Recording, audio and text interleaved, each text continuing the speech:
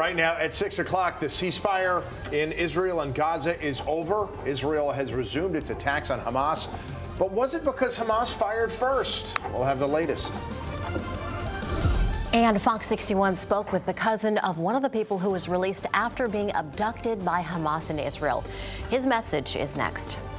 If you need help keeping the lights and heat on this winter, there is a new program out there for you. We'll tell you who qualifies. All local, all morning. This is Fox 61, Connecticut's news station. Good morning. Happy Friday. Thanks for starting yours off with us. I'm Erica Arias. And I'm Tim Lambers. Yes, happy Friday. Let's talk about the forecast here. It was nice and warm yesterday as far as I'm concerned. Yeah, it was really mild. You know, by November 30th, December 1st standards, it is mild out there. You know, it's cool, but it's warm. Good morning to you both. Nice to have you along. Here's what you need to know before you go. Yeah, mild temperatures. We do have some rain on the way. It's a less than perfect weekend.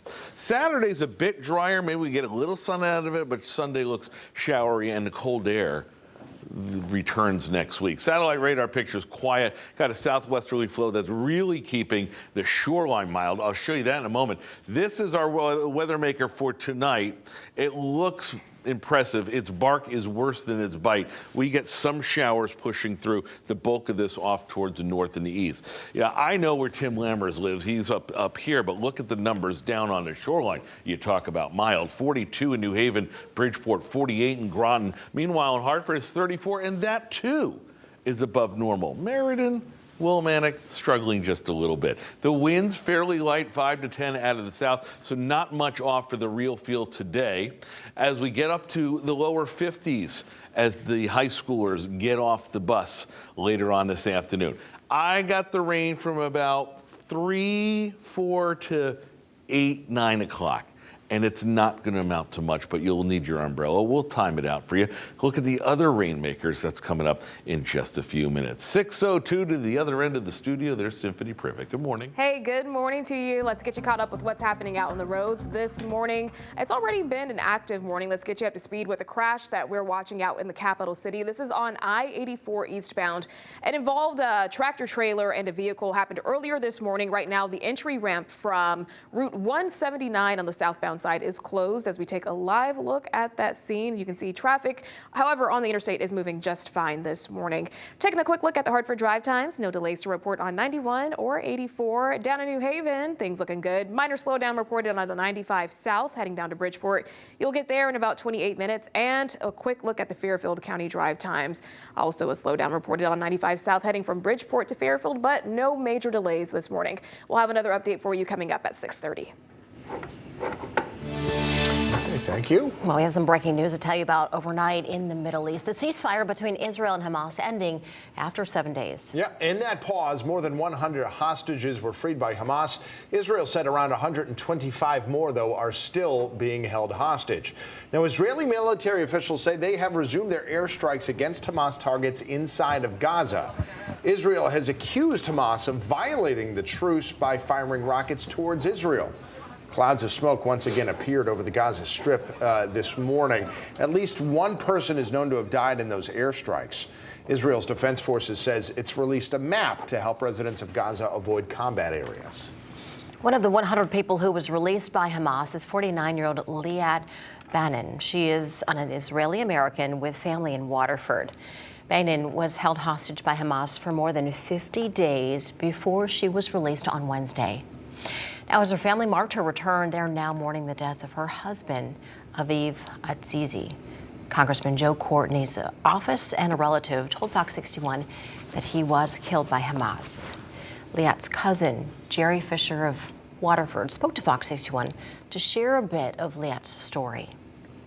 The man who was holding her promised her that she would not be hurt, and he actually fed her pretty well.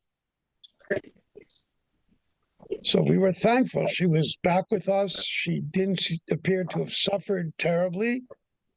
And we were pretty joyful, and we were all posting. Our next struggle is to get Aviv out. We've got to get Aviv out. We've got to get Aviv out. And then the Army officers came to Liat in the hospital and first told her with Aviv's mother and with her 3 children around her that Aviv had died, had been killed. And Liat Bainin is only the second American released by Hamas so far. Stay with Connecticut's news station for continuing coverage into the latest developments of the Israel-Hamas war. We will continue to follow the details out of Israel and Gaza. Waterbury police said 2 girls were hit by a car while walking home from school. They said it happened around 5 p.m. yesterday on Sunnyside Avenue. The girls were coming back from an after-school program when the driver hit them, and police said the driver did stay on the scene. Now, both girls were hospitalized, and we're still working this morning to find out how bad their injuries are.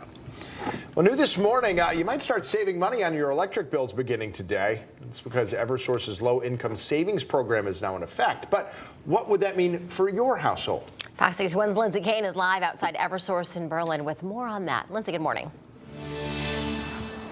Hi, good morning. Well, those enrolled in this savings program will save either 10% or 50% off their bill each month. Now, that's all depending on your household's income. So to see exactly what qualifies, in order to qualify for a 10% discount for a single person household, you need to earn less than $41,000. A family of 4 needs to earn less than $80,000. For that 50% discount, the federal poverty guideline for a single person household is around $14,000. So to qualify, you need to have an income of $12,000 or less. And for a family of 4, income needs to be around $25,000 to qualify. This comes as more and more people are struggling with the rising costs of bills and prices. Other assistance programs have been seeing rising numbers of applicants. Luckily, there are other ways to save on your electric bills each month. The matching payment program deducts $1 for each dollar a customer receives from the Connecticut Energy Assistance Program. Operation Fuel also assists families with their heating bills. Now, again, that Eversource discount starts today. On your online Eversource portal, if you qualify, it should say financial hardship status on your account. Now, if it doesn't say that and you think you still qualify, you can call Eversource to discuss your options. Live in Berlin this morning, Lindsay Kane, Fox 61, Connecticut's news station. All right, Lindsay, thanks so much. 6:07 right now, and calls are growing this morning to help families pay for the cost of childcare. Senator Chris Murphy and other leaders are going to call on lawmakers in the nation's capital to provide more money for childcare here in Connecticut. One of the organizations that it hopes to benefit is the Head Start program, which provides care for more than 5,000 children here in the state. Today's meeting is set to happen at the Capital Region Education Council Swift Factory building at 1:15 this afternoon. That's on Love Lane in the capital city.